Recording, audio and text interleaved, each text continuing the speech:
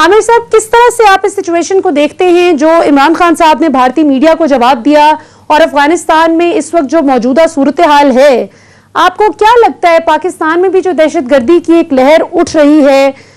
लाहौर में जो जौहर टाउन में वाकया हुआ उसमें भी ईद गुल अफगानी निकले, अफगान मुहाजिर थे, भारत भी उसमें मुलव्वस पाया गया, इसी तरह चाइनीज पर जो अटैक हुआ वो भी चाइनीज वैन में धमाका भी अब कहा जा रहा है कि उसमें ट्रेसेस हैं टेररिज्म की। सो आप क्या देख रहे हैं, ये पाकिस्तान में डोमेस्टिकली कोई हरकत हो रही है या बाहर से कोई करवा रहा है?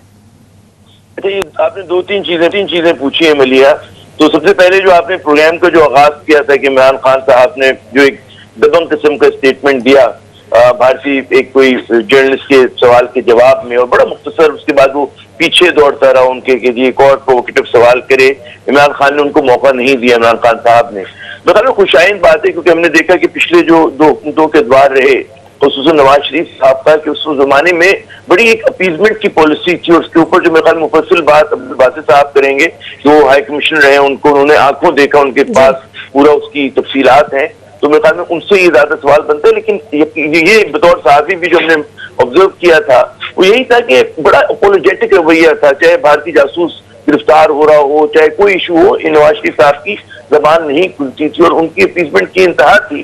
कि वो मोदी साहब की इवन जो मतलब ज्वाइंट डिक्लेरेशन जिस तरह की उनके दौर में आए थे, तो उसमें उन्होंने बहुत ज्यादा ग्राउंड कंसीड किया था। उससे पहले भी आपको याद होगा कि जरदारी साहब का जब दौर हुकूमत था, सदर हुआ करते थे, उन्होंने एक मशहूर जुमला कहा था कि little Indian in every Pakistani and little Pakistani in every Indian. तो वो भी दौर था और उसमें भी बड़ी कोशिशें हुई थी, सुलह की। उससे पहले अगर मैं बात करूं मुशर्रफ साहब का दौर, जिसमें इमरान खान साहब ने बड़ा भरपूर तरीके से एक बात की, उसकी मुझे याद है कि आगरा में जब मुज़ाकरात हो रहे थे और मुशर्रफ साहब, पूरा इंडियन मीडिया उनके सामने बैठा था, तो उसमें मुशर्रफ साहब ने बड़ा एक, मैं समझता हूँ कि जो कश्मीर का केस लड़ा था और जिस तरह से पेश किया था, हम लोग होटल की लॉबी में थे जहां पर ये सब कुछ हम देख रहे थे टीवी के ऊपर, तो भारतीय सहाफियों के मुंह भी और जो बाकी लोग वहां पर बैठे हुए थे लॉबी में, उनके भी नजर से शक्लें नजर निकली हुई थी। उसकी वजह ये थी कि बड़ी मजबूती के साथ जो था केस को लड़ा था, मुकदमा पेश किया। तो ये कहा था कि जब तक कश्मीर का मसला हल नहीं होगा उस वक्त तक पाक भारत ताल्लुकात जो है वो बेहतर नहीं हो सकते।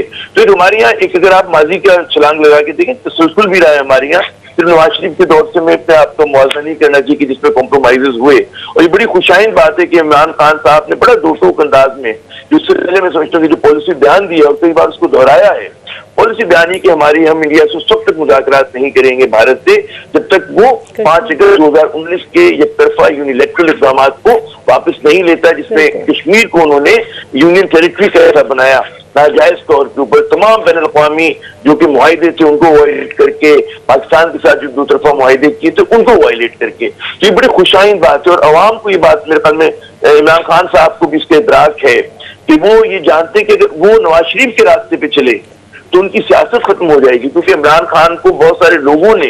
इसलिए भी पसंद किया, इसलिए भी वोट दिया, उन्होंने देखा कि नवाज शरीफ साहब अपने कारोबारी मफादात के लिए, नवाज शरीफ साहब उनका खानदान वो भारत के साथ और मोदी के साथ जिस तरह से शर्मनाक तरीके से जो है वो पाकिस्तान के कौमी मफाद को कुर्बान कर रहे हैं, तो हम एक्सपेक्ट नहीं करते कोई भी हुब्बुल वतन पाकिस्तानी, मुद्दे वतन पाकिस्तानी, इमरान खान साहब भी उस रास्ते पे जाएंगे। तो पहले मैंने 3 में से पहले सवाल का जवाब दिया और काफी लंबा दे दिया, तो आप अगर बीच में सवाल करना चाहें तो प्लीज। नहीं, बहुत अच्छा दिया, आगे भी आप थोड़ा सा ये इस चीज पर भी काइंडली रोशनी डालिएगा कि ये जो अभी पाकिस्तान में नई लहर उठ रही है अब दहशतगर्दी की, हम देखते हैं कि न सिर्फ पाकिस्तानियों को डराने धमकाने की कोशिश की जा रही है, बल्कि पाकिस्तान के साथ जाहिर है चीन का बड़ा एक वैसे भी बड़ा strong state to state emotional bond है, बड़ी पुरानी दोस्ती है, और अब ये जाहिर है म्यूचुअल फाइनेंशियल इंटरेस्ट भी अब इसमें आ गए हैं। सीपेक दोनों के लिए बहुत अहमियत का हामिल है। तो अब चाइनीज वैन पर इस तरह से धमाका वो होना, और मुझे तो पहले दिन से सुनते ही, इन्वेस्टिगेशन से पहले ही अंदाजा था कि कुछ गड़बड़ होगी। सो अब मुझे खुशी है कि पाकिस्तान ने चीनी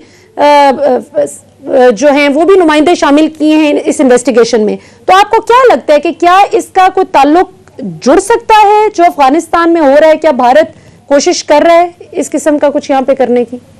मुझे सर बड़ा अहम सवाल है, और आपको तो पता ही है, मतलब आपकी बड़ी गहरी नजर इन मामला से कि गुज़श्ता 20 साल से पाकिस्तान दहशतगर्दी से नबर्द आजमा है, उसके खिलाफ जंग लड़ा और बेपुना कुर्बानियां दी। और आपको पता है कि हर तरह की दहशतगर्दी यानी कि डिफरेंट शेड्स और कलर्स में हमने टेररिज्म का जो है सामना किया। वो होमग्रोन भी था और वो ऐसा भी दहशतगर्दी थी कि जिसके ताने बाने जो थे वो बैरून मुल्क से जाके मिलते थे और अब भी मिलते हैं। और फिर बहुत बड़ा जो हमें फैक्टर है वो ये है कि भारत ने कोशिश ये की कि हमारी मगरबी सरहद पे जो एक वहाँ स्टॉप अंडरबेली है, जो एक उस जमाने में बाढ़ नहीं हुआ करती थी, लोग बड़ी आसानी से क्रॉस किया करते थे, उस चीज को भी एक्सप्लॉइट करे। तो भारत में उसके तो एक हमारे पास एक जीता जागता अभिनंदन की सूरत में, अभिनंदन नहीं माफ कीजिएगा, यादेव की सूरत में खुद मौजूद है जो हमारी जेल में है। तो भारतीय दहशतगर्दी को ढकी छुपी बात नहीं। फिर जिस तरह आपको पता है कि जो काबुल हुकूमतें रही है जब से अमेरिका बहादुर वो आए थे,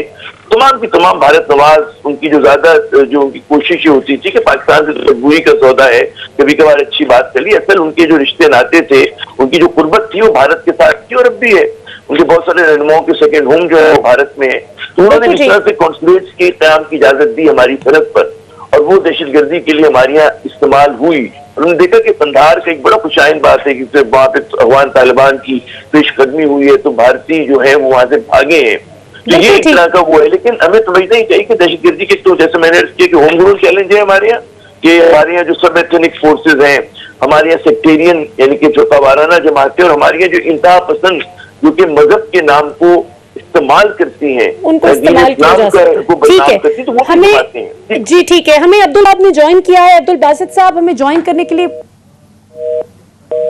डिस्कनेक्ट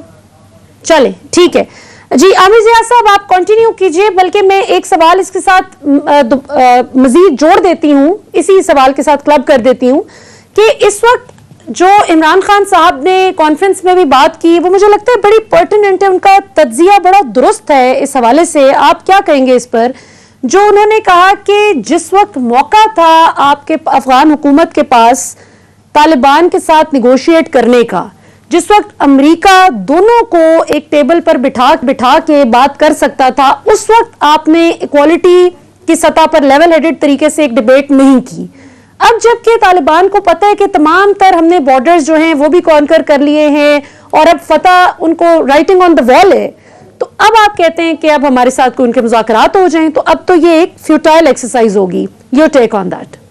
मेरे ख्याल में इमरान खान साहब ने बड़ी हकीकत सुनाना बात की है, बड़ी सामने की बात है ये कि ऐसे ही हुआ कि उस वक्त तक मेरे ख्याल में कुछ फहमी, गलत फहमी थी काबुल हुकूमत को कि अमेरिका जो है इस तरह उनको लर्च में छोड़ के नहीं जाएगा। लेकिन अमेरिका ने वही किया जो माजी में कई मरतबा वो कर चुका है कि अफगान तालिबान की पहली, देखिए अफगान तालिबान की एक फतह नहीं हुई है, उनकी पहली फतह तो ये है कि उन्होंने 20 साल तक अमेरिका को, नेटो को जीतने नहीं दिया।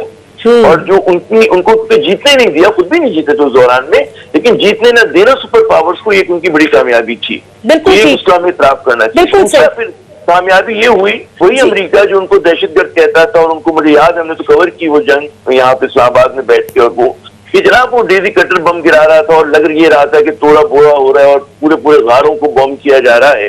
और एक घटाटोप अंधेरा एक वो था छाया हुआ था इस अफगान तालिबान पे। उनके दोस्त नहीं रहे थे, पाकिस्तान जैसी कुव्वतें जो कभी उनको सपोर्ट किया करती थी, रिकग्नाइज वो हट के उनके पास थे। उस जमाने में उन्होंने डिफाइंस जारी किया। अगर अब्दुल बासित साहब आ रहे हैं तो जी अब्दुल बासित साहब ने हमें ज्वाइन कर लिया है। आमिर जिया साहब, हम अब्दुल बासित साहब को भी डिस्कशन में शामिल करते हैं। बासित साहब हमें ज्वाइन करने के लिए बहुत बहुत शुक्रिया।